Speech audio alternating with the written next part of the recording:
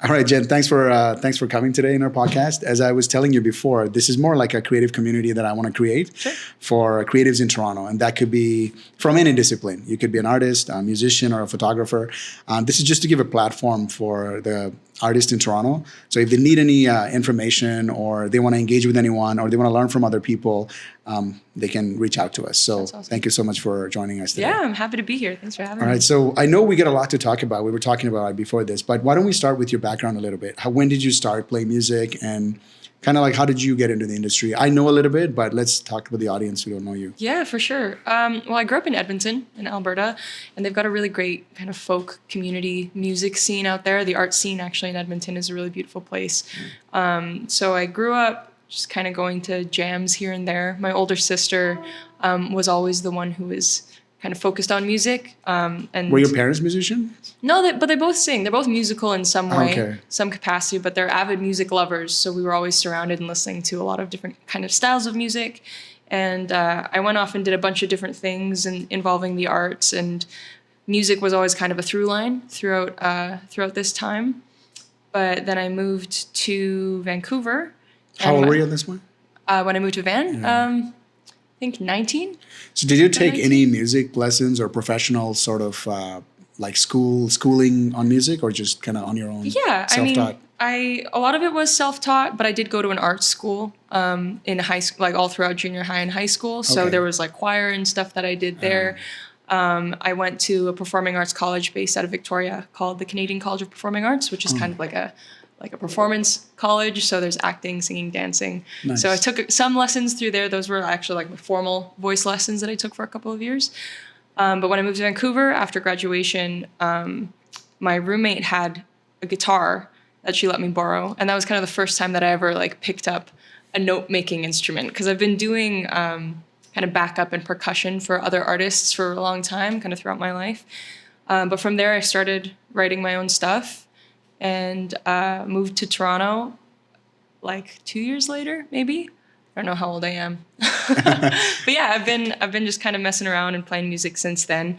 Started playing in a bunch of lounges around Toronto, and just developed this channel of art, I guess artistry, this artistic channel into my music as my guitar playing and my singing developed, and it's all just kind of been really organic and really natural. So yeah. Was there's a lot to unpack here. First thing I want to ask, why did you move to Toronto? For a boy. So My partner's name is Jordan Hart, and he's Big his fan. own amazing, phenomenal artist. And we had just started dating, and he was like, well, I want to move to Toronto. And I was like, well, I can't just watch you go. So we went to Toronto for a couple of weeks, and I decided that I really liked it. And we decided to make the plunge and move across the country. And it was honestly the best decision. So were you, I remember when we talked a few years ago, I know you were a musician and you're practicing music, but at one point you weren't a full-time musician, right? No, Correct? yeah. So this is like, I guess relatively new, only been a few years now. Yeah, it's only been about a year and a half since I decided to jump into this full time. So I guess you have like a sort of like an interesting viewpoint, because Jordan was a full-time musician, right? So as a partner of someone who was full-time musician, before we get to you, how your experience has been full time. So how, like, did you see how was your experience? Like, was Jordan, like, how was he doing? Like, did you feel like he got everything he wanted in Toronto, or like, he was pursuing going in the right path? I guess I don't want to put words in your mouth, but I just want to get your experiences. What were your viewpoint like? Your partner is a full-time musician. Honestly, I'm really grateful to have been able to learn kind of secondhand from all of the experiences that he's gone through. But moving to Toronto was the best decision for him. I think that this city has such a beautiful energy about it.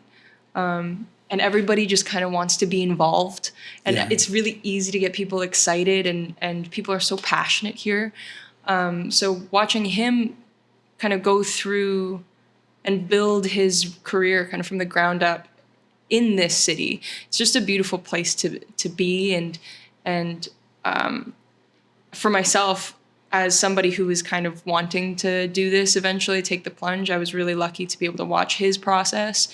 I learned a lot from him, what worked and what didn't, and what I wanted to take out of it and what I wanted to leave for his own journey. So yeah, it was really eye-opening. And I think because of that, I've been really, really lucky to kind of gracefully transition into Like a full-time into a musician. full-time musician, because I was able to see all of these things firsthand and use him as a resource. And he's been so supportive and great. So Yeah, absolutely. I'm fortunate in that sense. No, that's great. Like actually seeing someone firsthand. So interesting thing you mentioned about Toronto. Actually, you do have a kind of like a perspective, because I know you travel quite a bit, and you're also from the West Coast. And I love Toronto. I have the same actually viewpoint as you. Everyone's very supportive. Anyone I have reached out to, most of the people have reached out, like, they got back to me, and then we were able to connect. But there is a bad rep. I don't know if you have heard from like in anybody else. I do hear from other, like, especially with my platform, photography, a lot of beginner photographers, they're like, oh, I'm reaching out to all these photographers. They're not getting back to me. They're not very supportive. Toronto doesn't have a supportive community. So what are your thoughts on that? That's interesting. I honestly, I don't know a ton about the photography industry in this side of Toronto, but my personal experience with the music industry is kind of from the ground up. Everybody wants to see everybody else succeed. And compared to other cities?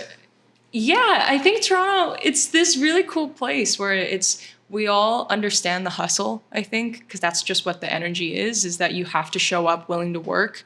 And I think that there's a lot of excitement around working with those people and challenging yourself to rise up to the same level as the other people that you're surrounded by and your peers and people who are doing well in this industry. And also, in my experience as well, like a deep desire to help lift other people up that I see have potential and that want it as badly as I do, or even more than I do, if I'm able to give them opportunities as well. So I'm really sorry to hear that I know, like that Toronto has a bad rap for photographers, because it's been so nice as a musician. Yeah, people have been great here. Have you thought about, because you mentioned earlier that you have a sister who's a musician out of LA. So have you thought about moving anywhere else outside of Toronto, or if you do have the opportunity, or? Yeah, I mean, it's funny because I really love this city. It took me a long time to fall in love with it, just because, like you said, it's so different from the West Coast. And as passionate as people are in the good way, they can also be really passionate in like a really aggressive way. And kind of the biggest reason why I would want to move away from this city is for family. I mean, my family's spread out all over the place. Like you said, my sister's in LA. I'm originally from Edmonton. I have family out there. I have family on the West Coast. In Manitoba, they're kind of spread out all over the continent. And so moving out of the city would mostly be for that. And I think a little bit for peace of mind. I'm living right downtown right now. It's a little bit chaotic. It'd be nice to open my balcony door without hearing people scream. Yeah. That would be great. But, there are other little pockets in the city. So I'll tell you what, me and my wife, we live in the suburbs, and we just can't wait to get back to downtown. Really? Yeah, we love downtown. Okay. But it's just kind of weird, like, because a lot of people who live downtown, a lot of our friends, the exact same viewpoint as you. They're like, oh, we wish there was a backyard, or like, I wish there was something. I'm like, that wasn't $3,000 a month. That would be nice. Exactly. It's like more like, so if somebody buys a house in Toronto, I was like, wow, man, that's like elite. Like, yeah, you must be filthy rich. Yeah, seriously. It would be nice to have a balance of both, like to have the convenience of living downtown, but then the space and like to be able to open your door and not have it be so chaotic. Yeah, absolutely. Let's talk about your creative process a little bit. Sure. Are you working on anything right now? Yeah, actually, I just, first and foremost, I just released my first EP. It's called Family Name. Thank you very much. When did this come out? A month ago yesterday, actually. So it's pretty fresh. It's 5 songs. So I've kind of been focused on figuring out how to give that away in the best way possible, doing a lot of video shoots and kind of coming up with some supporting content to go along with the music. But I just received an emerging artist grant from Factor.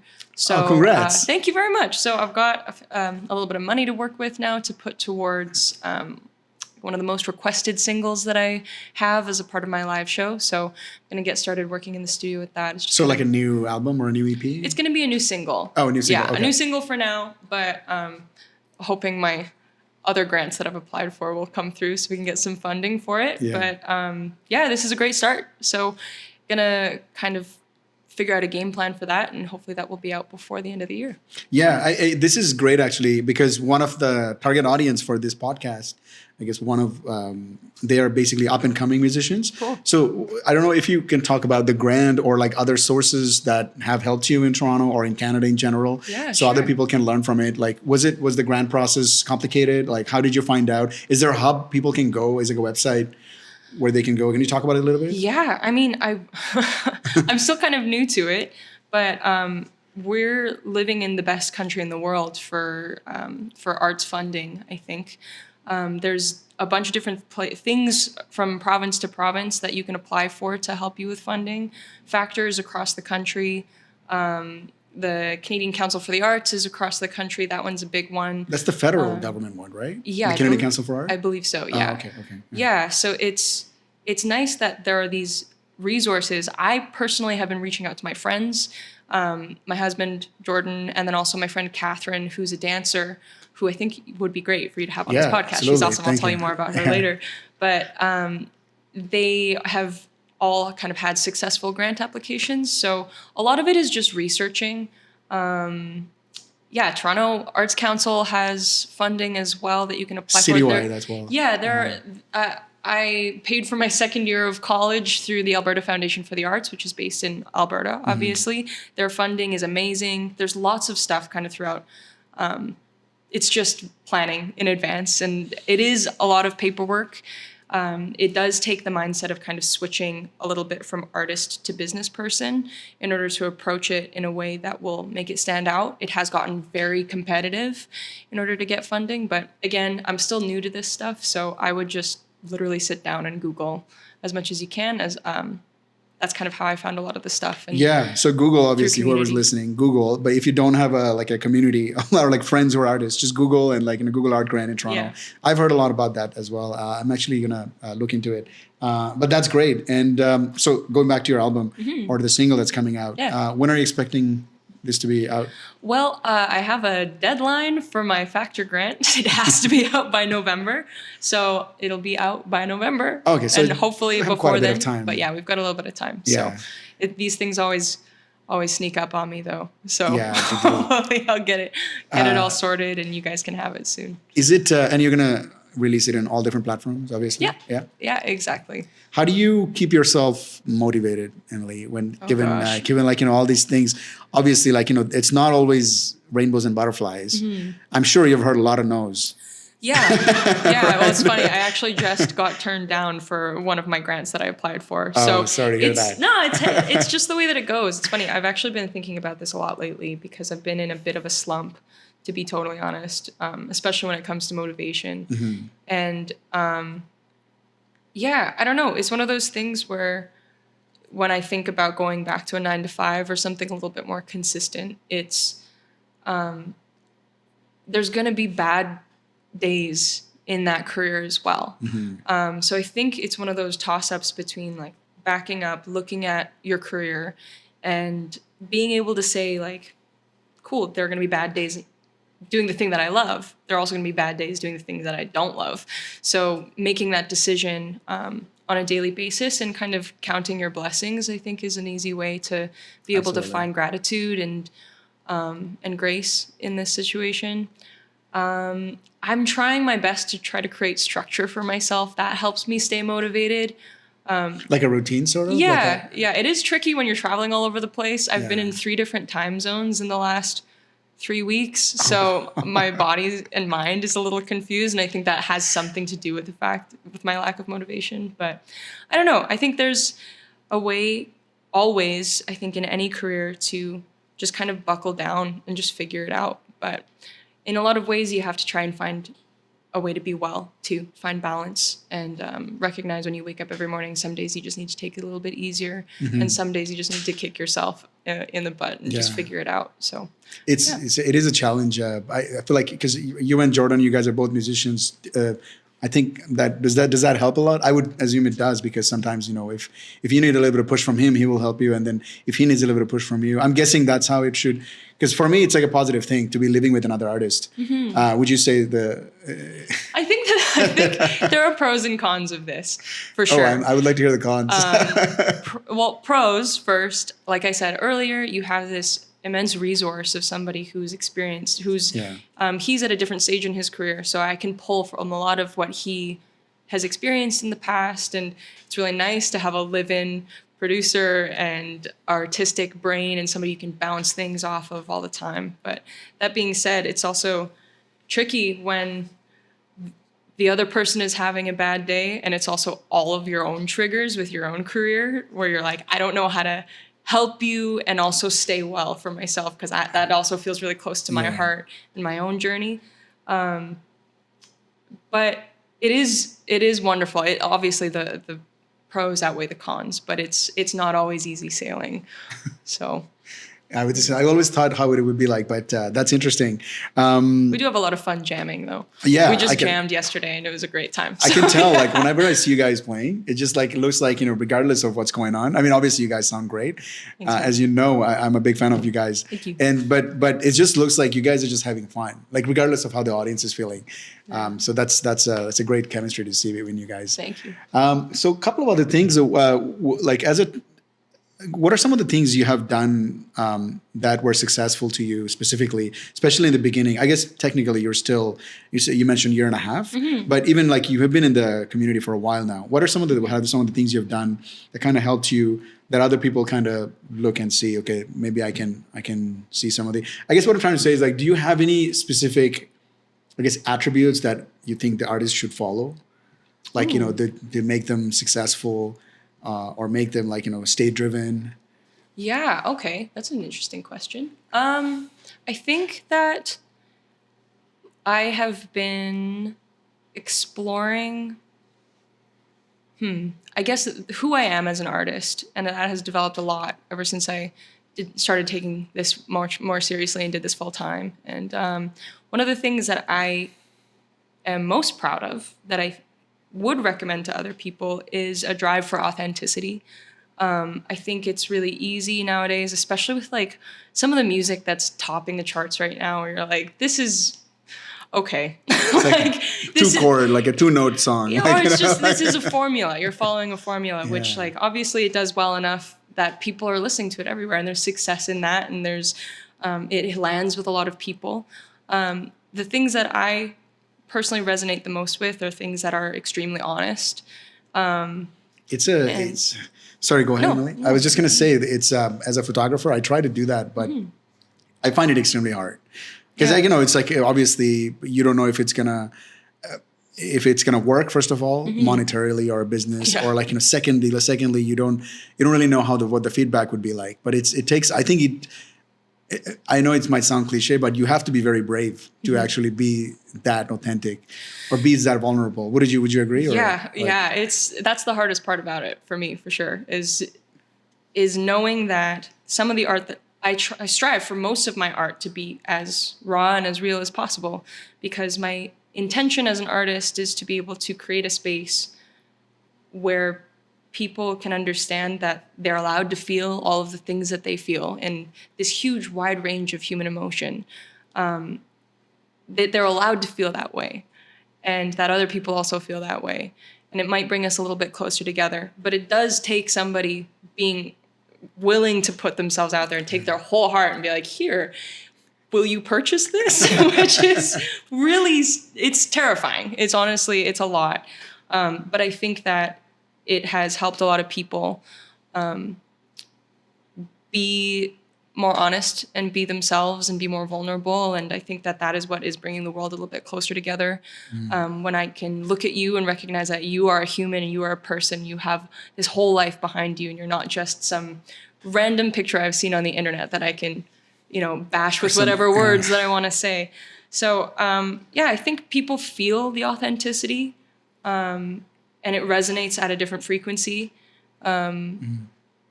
That's what I'm hoping to put forward every day, and that's what I would recommend in younger artists or people that are coming up and are looking for a little bit of a direction. If it if it lands and if it hits with you and if you have something to say, it's going to resonate with someone, at least with one other person. So I don't know, but I'm still on my own journey. I'm still figuring it out. What is if you don't mind me digging a little deeper, what's the process like for you? Do you actually walk me through a process of writing a song for you? Yeah. Typically I will just kind of start messing around on guitar. So that's my primary instrument right now. And Are you self-taught fully? kind of. My sister, when she gave me her first guitar and gave me a crash course, she taught me the basic chords A through G and then taught me the minors of each. And that was about a half an hour lesson, like 7 years ago. And then Jordan has taught me a couple of chord shapes, but then the rest of it is just me figuring it out. So, yeah, I'll kind of go through and come up with a guitar piece, usually that tries to emanate something that feels inspiring to me, if that makes sense. It does, yeah. And usually I'll just start improvising. I'll press record on my voice memos on my phone and just start improvising. And I found that often that will help me come up with the most authentic melody in the moment, as well as words that flow naturally with it. Sometimes you can tell when someone puts a lyric into a song where you're like, it just doesn't sit forced, naturally. forced, yeah, even though that's what you want to say, like it doesn't work with the melody. So I find improvising helps it, both of those things come out really naturally and organically. And a lot of the times I'll improvise a line I'll improvise something, I'll write it down, be like, okay, cool. This is how, obviously, the instinctual thing that I want to be singing about right now. Let's follow this thread a little bit and kind of end up structuring it a little bit from there. Yeah, that's mostly how I write my music, it's been a journey. I've written it from both sides. But when you say both sides, you mean write the lyrics first and then the music? Yeah. Yeah? Okay. Yeah. But I found that this way feels the most organic. Yeah. No, definitely. When I look at a picture, my inspiration, when I would look at a picture and I'm like, okay, I like this picture, but then I would try to articulate, why do I like this picture? And it's hard sometimes. You're like, oh, I like the lighting, but I like the lighting. But it's at the end of the day, it's about how it inspires you and how you feel. Exactly. It's hard to explore that. I know it sounds a little wishy-washy, but if you really try to dig into it, it's kind of like asking questions like, how do you explain love? 100%. How do you explain love? I don't know. I just miss. What do you mean by you miss someone? What does that mean? For sure. It's hard to logically explain something like that. Yeah. Would you agree? Yeah, 100%. It's interesting. I like trying to go through this process. A lot of what it is me just kind of opening my mind and almost shutting off my the logical part. Yeah. That's just kind of okay, we got to form this and we have to make a chorus and a verse and all of these things. And I just try to shut that off and just let my mind go to this place where I feel like I'm channeling something higher than me through whatever I'm doing. Then you kind of go, oh, okay, well, that's what you wanted to say. Sweet. Let's run with that. Absolutely. But yeah, weird to try to tangibly grasp. Yeah, and logically explain that. But yeah, that makes perfect sense. Thanks for sharing that, Emily. What are some of the what do you think we can do as a Toronto? Do you think we could do something for the younger artists that are coming up? As a community in Toronto, do you think there should be more opportunities, or is there something we could do?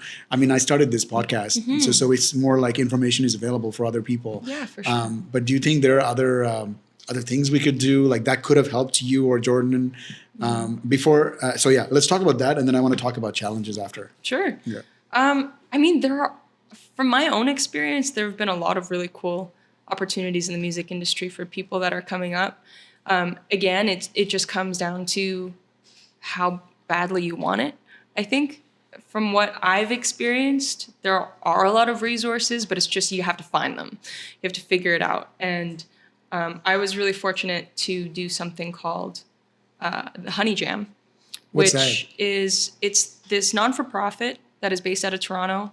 That gives young women in the music industry essentially education and industry learning opportunities, as well as different performance opportunities as well. Oh, that's great. So that was the first step that I took into actually stepping into my own as an artist away from Jordan and picking up my own guitar and singing my own songs in front of people. And it has been the gift that keeps on giving. Like, it's one of those things that if you really continue to maintain that relationship, I've gotten to go to the Junos, I've gotten to go to CMW. Is it through there, through Honey, through your Honey network? Jam? Yeah, I've done some music directing for them, so I've kind of become a little bit part of the team in some ways.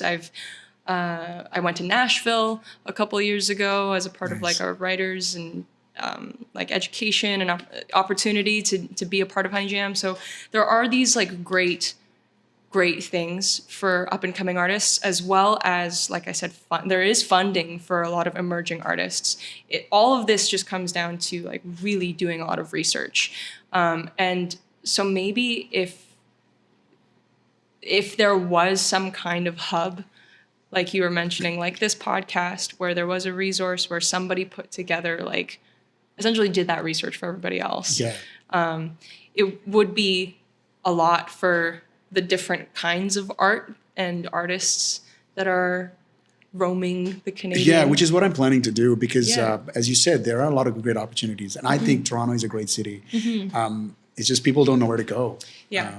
Especially if you don't have a creative community with you. Absolutely. Like, let's say if you're someone like, none of your friends are creative. Like, they're all like, working professionally somewhere else, and you want to be a musician or an artist. Yeah. Where would you go first, right? That's that kind of Right. that kind of thing. But let's talk about challenges now. I know it's not one of the things I've seen about, especially with you and Jordan. You guys are like, I know you guys are obviously very talented, but you guys are hustlers. Like, I've seen you guys work like crazy. Like, I see you guys everywhere. Like, remember, I remember like last few weeks ago. Do you remember we were doing a show? Yeah, like I seen you guys you guys work your ass off. So a lot of people they would see you guys, they're like, oh yeah, they like maybe they got lucky or whatever, but it's not the case. I know you guys work a lot, but let's talk about some of the challenges. Yeah. What are some of the challenges that you have faced, or you've seen Jordan have faced? Maybe you can talk a little bit about that. Yeah, I mean, you have to hustle. Again, like a lot of it comes down to the fact that you just have to pay your rent. Like, you have to pay your bills, and we live in one of the most expensive cities in the world, and you have to hustle first and foremost. But again, it's keeping as well what you want in the core of your heart. Like, that's your North Star of how you move forward every day. So the challenges with that, it's funny, like you mentioned earlier about motivation, like how do you stay motivated, especially when you don't have structure? Like, my week can look like anywhere from having a gig every day for 11 straight days to going 7 days without having a gig. And so it's a little bit sporadic. I find that hard to give myself deadlines and to be my own boss, essentially. That can be really tricky. But when you nail it and when it's all going well, you're like, wow, I have so much flexibility and I am my own person and I can make my own decisions. But it's tricky. It is difficult. It is I feel like the music industry is such a crapshoot right now, where nobody knows what's going on. They just say, post on TikTok, but then the TikTok algorithm changes every 3 minutes. And it's just a total crapshoot right now. So I think that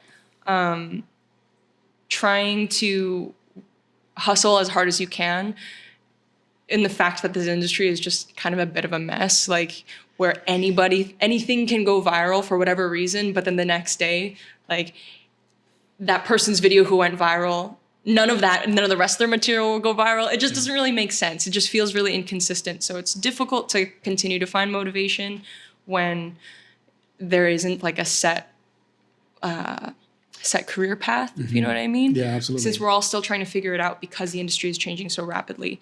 That being said, it is very fulfilling when it does work out. Yeah, absolutely. So I think, like I said, keeping that Northern Star of this is what I want, this is the kind of career that I want. It's really easy to fall into doing like corporate gigs or things that don't necessarily fill your cup. That does fill some people's cup. It doesn't necessarily fill mine. So being able to focus on like having that vision of this is what I want, this is what I want to move forward towards, and like making that decision and making the decisions every day in order to take a step towards that kind of career. Yeah, that could be very challenging. You mentioned many times how grateful you are to be in Toronto, and I think that's true. A lot of people kind of don't realize that. Just a lot of things is based on luck. The fact that we're in Canada is luck, right? There's so many bad things happening out in the world. So yeah, I think that's very important. And having structure, you're right. I always struggle with that, Emily. Like, I have like so many things I have to edit. I just had I don't want to sit down and edit right now. I want to relax. But yeah, it's hard, especially when you're a freelancer.